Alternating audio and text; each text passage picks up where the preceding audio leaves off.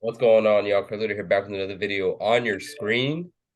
I'm here, you know, dude I've been watching for, over 12 years. Jerome, Daniel, Griffey, bro, like pro wrestler.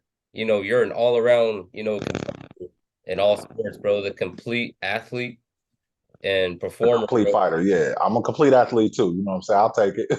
For Yeah, hell real. yeah. Hell yeah. You're an athlete, bro. I He does appreciate it. all walks of life. Y'all go follow him. His links will be in the description down below. And he has a big fight, going on tomorrow night. Yeah. It's gonna be lit, bro. And Yeah. ROH final battle, Yeah. live on pay-per-view. Y'all go check out that too. It's gonna be, a great event. And if y'all are in Texas, y'all should go out there and try to catch the event live. You Oh know, yeah, it's gonna be crazy. and nothing like an ROH event, bro. That's a fact.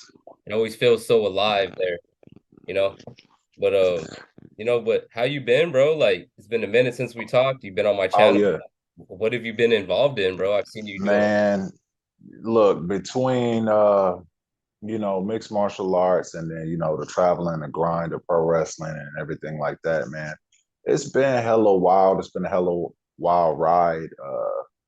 2022 has been kind of crazy. I think, now that we're in December, um, when you start reflecting on your year, because, December, we know New Year's is coming, the holidays are coming, and we start, as we're getting ready for the next year, we kind of reflect on the year that's passed and just sitting down at the dinner table and actually today, earlier today, just thinking about everything that's transpired this week, this year. It's been a journey, and though we're wrapping up 2022, 2023 looks so much more exciting, and I didn't even think that would be possible. So, you know, here we are. Exactly. The grind continues. The grind continues for real. And to talk about, ROH, Yeah, how you feel about, being a part of this big show, with your, you know, I guess it's in the, I know you can't really say too much, about yeah, the line, stuff like that, but you know, tag teaming, with Sean Taylor, you know, yeah. he he has many world titles here in Texas. Oh yeah, And that's the weird thing about Shane. When Shane approached me, about signing with STP, there was a conflict, an obvious conflict because I was like, hell yeah, I'll ride in the battle with my boys, no problem, I've rocked with STP before, from day one, I always rocked with the guys and stuff, and so I was like, yeah, who we going into battle, and then I saw the name, Swerve in Our Glory, and there was an obvious conflict there, being that Keith is one of my fight teammates. You know what I mean? yep, He's just started venturing into mixed martial arts as well. So, he's on my fight team now. So it's a weird. It was a weird conflict of interest, but at the same time, it was when the window of opportunity, comes, you have to, seize it. And then Shane was like, forget a window of opportunity, bro. Like this is a chance to walk into the door. And so when I signed my name, to take the fight, uh, I went into it knowing that it was going to be a lot that rode on this bout. That out of everything that was going on in Ring of Honor, and it's a stack card, right? You got Jericho versus Claudio. yep. You got Wheeler versus Garcia. You know what I mean? Like so many, the six man, the trios, matchups. There's so Just many belts on the line. Martinez versus Athena. Just all these crazy matchups, and you know, um, knowing that we got our work cut out for us to not only defeat Swerve in our glory, but also to put on a memorable performance. And there's going to be conflict for me because, I'm alongside a close friend, going into battle, but I'm going in that battle against somebody who's been like a big brother to me. So, Exactly. Exactly. That's the struggle for me, right? But I'm not going into this matchup thinking about the personal relationships. I'm going into this thinking like this. I'm one of the few people on the planet that can say that their Ring of Honor debut was at the biggest pay per view they have, Final Battle, Yep. right? If I'm not the only guy, I'm in rare company. You know what I mean? Yep. The only way I could think to cap that off would be to defeat Swerve in Our Glory on my debut at Exactly. Final Battle. You know what I mean? In whatever form that takes, I'm game. It's a lot of mixed emotions, but I think that could be said for all four competitors in the matchup. Swerve, he's got an emotional tie to this. Shane's got an emotional ties in it. Keith obviously does, and so do I. So Yep. we're gonna watch that all unfold out the gate. You know what I mean? Like as soon It's as gonna the be bell electric. rings, it's gonna be. You know what I mean? And Yep. it's in our backyard, so whew, It's it's gonna gonna be be crazy. it's gonna be really Mm-hmm. electric. I know y'all have come in the Texas, wrestling organization, together, Absolutely, absolutely. and built y'all all the way up into where y'all are at today. And to showcase y'all's talents, man, on a big stage like that, Yeah, that's electric, bro. It kind of brings me back to the Ric Flair last yeah, match. That was crazy with Jeff, seeing Jeff back and Jay Lethal. That's like, one of the top five, wrestlers in the game. yeah. It's wild, bro. It's wild to see what wrestling is, how it's gonna end this year. You know, Absolutely. I mean, like that's the thing. Like, for all of the drama that's gone on in wrestling as of late, I will always say that like today's the best time to be a fan of pro wrestling. Today is the best time in the world to be a pro wrestler.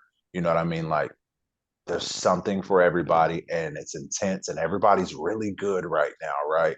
And mm, so you got to be on your A game like night in and night out. You know what I mean? And that I think that brings out that tension, that turmoil, that pressure.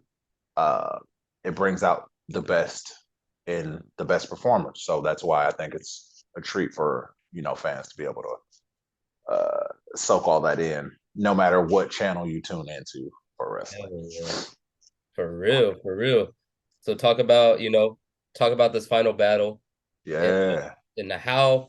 how did all this come about? Like, signing with Sean and this everything from the beginning, bro. If you can tell my subscribers, Oh yeah, man. Well, the journey thing happened. is yeah, when Shane T came to me, like I said, there was apprehension. You know, once I found out who he wanted me to go into battle against, right? There was apprehension um, for obvious reasons, right? Yep. But he said something to me that stuck with me. Like how long are you going to lead the team in assist? It's like you've always been the guy that leads the team in assists. When it's Yep. time for the ball, you're the guy usually passing the ball. Whether it's passing it to Keith or passing it to him. You know what I'm saying? It's just like he's like, when do you get to lead the game as the leading scorer? How long are you gonna be? How long are you gonna let us kid bro you until you finally step up and take the center stage? For real. And it kind of felt like a kick in the stomach. At first I was kind of pissed at him a little bit, but I Mm, think my anger came from like, he's right. You know what I mean? It's one of those things that, again, the history when you look at all of Shane's title reigns, all of Keith's title reigns, and all of my title reigns. If you looked at them without knowing the name, you mm, wouldn't know whose was whose. yep. You know what I'm saying? Like, and so it's one of those things where I've just never looked at it like that. It's just like these guys are my teammates, these guys are my brothers, and I don't care who's in the end zone. You know what I mean? I've never cared who was in the end zone as long as it was somebody flying the same flag as me. We all win, and I also had to think like there have been times where Keith has had to do what's best for him. Yeah, There have been exactly. times where Shane has had to do what's best for him, and in those times where I was should have done what's best for me, I did what was best for everybody. Exactly. And which is why I'm the last person to cross the goal line, I guess you would say. Yeah. from our clique or whatever. And so we all knew that I would step into this light, right? I think anybody that's seen me perform knows that about me, is that there's not too many people more dangerous to me. I don't go around pumping my chest and talking about how great I am or anything like that. It's just like, you know, I'm not worried. I don't do all the bells and whistles, all the I lift this much or this and that's. Like, look, nobody's ever won or lost a fight via bench max or how nice their shoot is or their Twitter followers. It's you win by pinfall submission or inability to continue the bout, and that's what I specialize in. And so that's why I've always been able to keep up, if you will. But here we are now. It's like I got to do what's best for me, and it's just unfortunate that to silence all the doubt that I experienced going into this bout, I'm going to have to go through the one man in my life who's never doubted me. And that's my brother Keith. And that's where the conflict lies. But I think I have to get that out of my head, before I lay down in a few minutes. You know what I mean? Before I lay down and go to sleep in a few minutes, I got to get that my brother's keeper mentality out of my head, Yeah. because there's a part of me that thinks he hasn't gotten the brother's keeper mentality out of his head. And that's going to cause him to hesitate. And in that brief moment of pause, that'll be the opening. And I'm going to dust him. And if I don't, if I go into this match looking at Keith as my brother, I won't be able to do what's necessary. You've seen it, like, again, you've followed our careers. When push comes to shove, I've never been able to strike Keith down, and vice versa. You know what I mean? You've seen us fight each other before, but you've never seen us like put the other one down. Like, it's just not in us. We're not built that way. Just at least with each other. Exactly. I'm gonna have to sit that to the side tomorrow. I'll make sure that thought is out of my head before I go to bed. In a few minutes. Exactly, bro. It's kind of like from what I always heard, being a wrestling fan for so long and even a boxing fan, Yeah, and seeing the closest friends, it could be I guess in all sports, the yeah, closest friends have the best matches, yeah. the best fights. And I'm, who your knows brother, each other's offense better yep, than who knows my offense better than him and Shane. Like, honestly, to exactly. know my offense any better than them, you'd have to be me. You know what I mean? And so I think it's gonna make for an interesting matchup. I really wish like they had a little press conference, leading up to this. That would have been really exciting. Yeah. The Exciting to thing see the is, back and forth. I mean, and the thing is like that would be totally cool and everything, and maybe we'll have one afterwards. But it's just like everything going on with AEW and Ring of Honor, and just it's so much going on. Like, it's a lot to juggle, and so it's one of those things where it's like, let's be honest, Ring of Honor is the purest form of wrestling, right? And so Ring of Honor's never really needed all of that, right? It's just like, look, give us a ring, give us some fans, give us a referee, ring the fucking bell Yeah, and move. exactly. Get out the fucking way and let us do this. You know what I'm Facts. saying? Um, but at the same time, I think the affiliation with AEW gives it that big fight feel, right? And so it's like everybody come in and just like watch as the best fucking wrestlers on the planet. You know what I'm saying? Like, just go in, and I think it's gonna be a treat for everybody. So would it have been cool to have like a little press conference get up? Yeah, that's cool, but you know, Ring of Honor fans are there to see the wrestling. Yeah, I feel you. Ring of Honor never, ever, ever comes up short when it comes to that.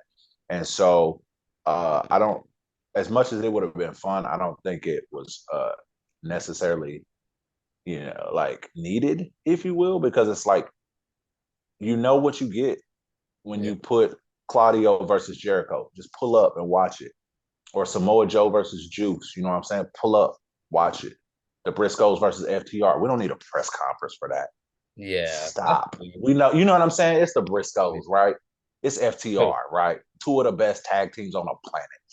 Yeah. We don't need no press conference. Pull up. You know what you're getting. You know what I'm saying? Yeah. Like, you know what time it is, For real. Like, Athena versus Mercedes Martinez. Like, these fights sell themselves, you know what I mean? And like, that's what I pride.